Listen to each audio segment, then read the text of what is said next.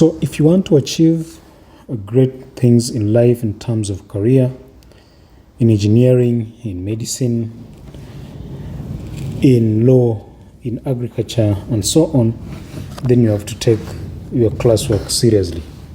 You see, in the old days, if we would have wanted to explain the idea behind the pyramids, then we would have such kind of an arrangement like that, whereby this goes there, this goes there, this goes there.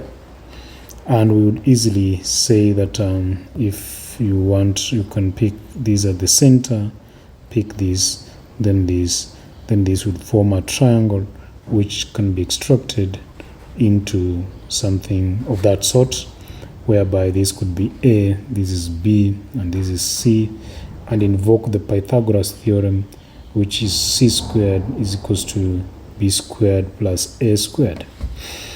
And would easily work out a number of things from the base structure and so on and so forth.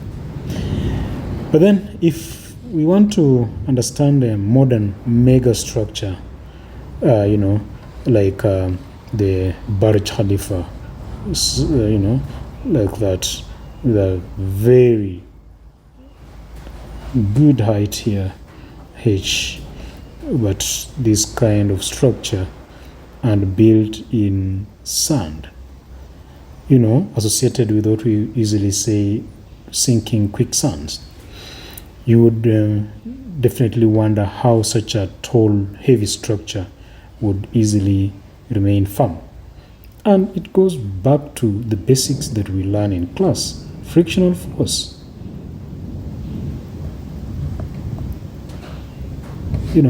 Because on this structure, we've got shafts sunken deep into the sand, like that.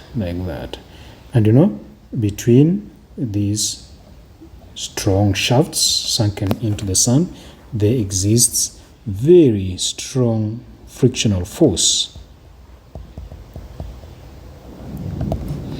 And this multiplied across this number of structures, that force times the number of shafts, then you would find very strong force.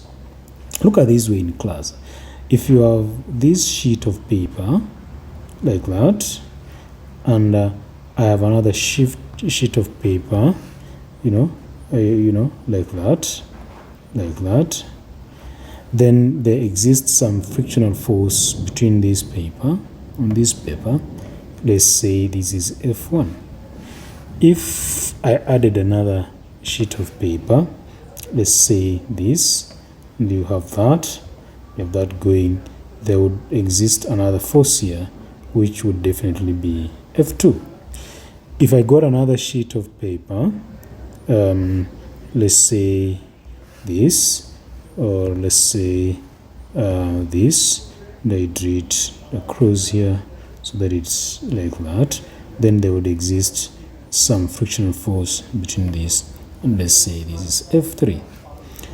The total frictional force therefore would be F1 plus F2 plus F3 and so on. So the more the shafts sunken deep into this, the greater the frictional force associated with this.